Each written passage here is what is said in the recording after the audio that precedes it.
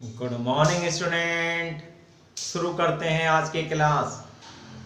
और आज खंडित श्रेणी में समांतर माध्य की गणना किस प्रकार की जाती है को समझते हैं। प्यारे बच्चों, ये एक क्वेश्चन है जिसमें अर्थशास्त्र में विद्यार्थियों के प्राप्तांक दे रखे हैं। ये प्राप्तांक हैं 30, 40, 50, 60, 70, 80 और ये छात्रों की संख्या है, ये नंबर ऑफ स्टूडेंट्स हैं। 30 अंक प्राप्त करने वाले छात्रों की संख्या 6 है और 40 अंक प्राप्त करने वाले छात्रों की संख्या 12 और 50 अंक प्राप्त करने वाले छात्रों की संख्या 20 और 60 अंक प्राप्त करने वाले छात्रों की संख्या 14 और 70 अंक प्राप्त करने वाले छात्रों की संख्या 5 और 80 अंक प्राप्त करने वाले छात्रों की संख्या 8 दे रखी है। तो प्यारे बच्चों, सबसे पहले हम पहचानेंगे कि कौन सी श्रेणी है। तो हमने आपको बताया था कि जब पद मूल्यों के साथ बारंबारता दे रखी होती है, फ्रीक्वेंसी दे रखी होती है, आवृत्ति दे रखी होती है, तो उसे हम खंडित श्रेणी कहते हैं। तो यहाँ प्राप्तांक दे रखे हैं और नंबर ऑफ स्टूडेंट दे रखे हैं, फ्रीक्वेंसी दे रखी है।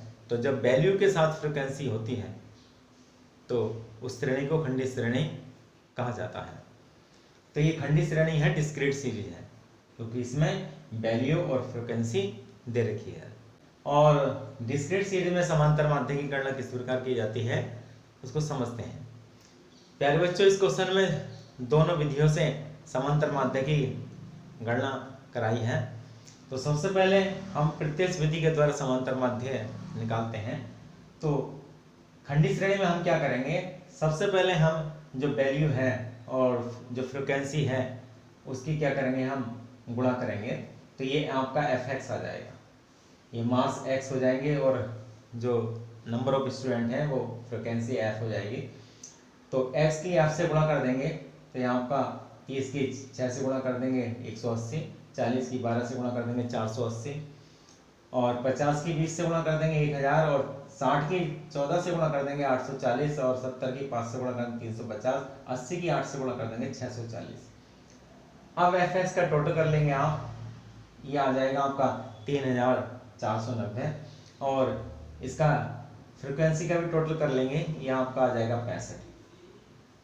अब डायरेक्ट मेथड में जो डिस्क्रीट सीरीज में किस प्रकार सूत्र लगाते हैं, x बार बराबर सिग्मा fx अपॉन n।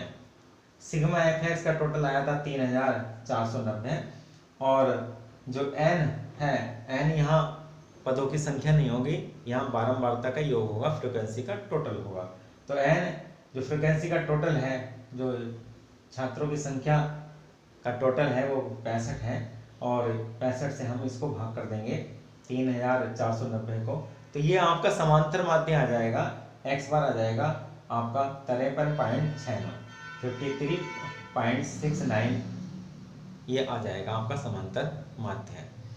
अब इसको हम शॉर्टकट से कैसे करेंगे। तो प्यारे बच्चों, शॉर्टकट में सबसे पहले हमने आपको बताया था कि जो वैल्यू दे रखी होती है उस वैल्यू में आपको क्या करना है, कल्पित माध्य मानना है। तो यहाँ वैल्यू दे रखी थी, मार्क्स दे रखे थे 30, 40, 50, 60, 70, 80। इसमें से हम किसी को क्या करेंगे, कल्पित माध्य मानेंगे, एज्यूम रिमेन मान लेंगे। इसमें से ही मान सकते हैं, इसके बाहर से भी किसी भी मूल्य को हम क्या मान सकते हैं, उसको कल्पित माध्य मान सकते हैं। और चाहे तो इसमें से आप जिसको चाहे उसको मान लीजिए, आप चाहे 30 मान लीजिए, चाहे 50 या 60 जो भी। तो यहाँ हमने 50 माना है तो कल्पित माध्य माना है, 50 माना है, एज्यूमेंट 50। और अब जो आपने कल्पित माध्य माना है उसके आधार पर क्या निकालेंगे, आप विचलन निकालेंगे, डेविएशन निकालेंगे। तो ये आपका dx आ जाएगा। कैसे निकालेंगे, x माइनस 1, x है आपका यहाँ 30 में से अगर हम 50 घटाएंगे तो माइनस का 20 और 40 माइनस 50 ये माइनस के 10, 50 ये 0 आ जाएगा और 60 यहाँ प्लस के आएंगे क्योंकि 60 अधिक है। जब x a से अधिक होगा तो प्लस और a से कम होगा तो माइनस लिखेंगे। तो यहाँ आपका आ जाएगा 10 प्लस के, इस प्रकार यहाँ 70 है तो प्लस के 20 और यहाँ 80 है तो प्लस के 30। ये आपका डेविएशन आ गया, dx आ गया। इसके बाद आप क्या करेंगे, फ्रीक्वेंसी से इसकी गुणा करेंगे और ये आपका एफ डी एक्स आ जाएगा। फ्रीक्वेंसी आपकी दे रखी है, ये 6 दे रखी है पहले उसमें, तो आप 20 की गुणा 6 से करिए माइनस के 120, उसके बाद 10 की गुणा आप 12 से करिए 120, और 0 से गुणा करते हैं आप जानते हैं तो 0 आएगा। 10 से गुणा आप 14 की करिए 140, और 20 से गुणा आप 5 की करिए 100, और 30 से 8 की करिए आप 240। ये आपने फ्रीक्वेंसी की और जो डेविएशन आपने निकाला, जो dx निकाला, उसकी गुणा कर ली। अब क्या करेंगे, इस गुणनफल का आप टोटल कर लेंगे। ये माइनस के 240, 120 माइनस के 120 माइनस के 240 आते हैं, और ये प्लस के आपके 480 आते हैं। तो जो ज्यादा संख्या होती है उसमें से कम संख्या घटा देते हैं और ज्यादा संख्या के आधार पर चिन्ह लगाते हैं। यहाँ प्लस के 480 हैं और माइनस के 240 हैं, तो घटा देंगे 240 ही बचेंगे, ये प्लस के 240 बच जाएंगे। तो इसका टोटल जो होगा 240 होगा। और अब शॉर्टकट में जो फार्मूला लगाते हैं डिस्क्रीट सीरीज में, वो इस प्रकार है, x बार बराबर a plus sigma f d x upon n. A जो कल्पित माध्य आपने माना था, एज्यूम्ड मीन माना था आपने, कितना माना था, 50 माना था, ये तो 50 लिख दिया हमने। उसके बाद जो एफ डी एक्स का टोटल आपने किया था 240, तो F d x sigma f d x में 240 लिख देंगे। एन यहाँ डिस्क्रीट सीरीज में एन बराबर क्या होता है, फ्रीक्वेंसी का टोटल होता है, बारंबारता का योग होता है, तो ये 65 है, इसको 65 लिख देंगे 65, और 240 को 65 से हम भाग कर देंगे, तो ये भाग करके आपका आ जाएगा 50 प्लस 3.69।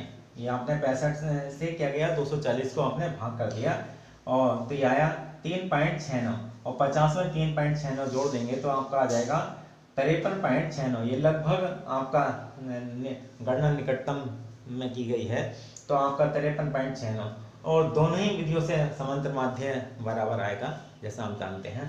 तो ये आपका समांतर माध्य आपका आ गया। खंडित श्रेणी में किस प्रकार समांतर माध्य की गणना होती है, आज आपको अच्छी तरह से समझ में आ गया होगा। धन्यवाद।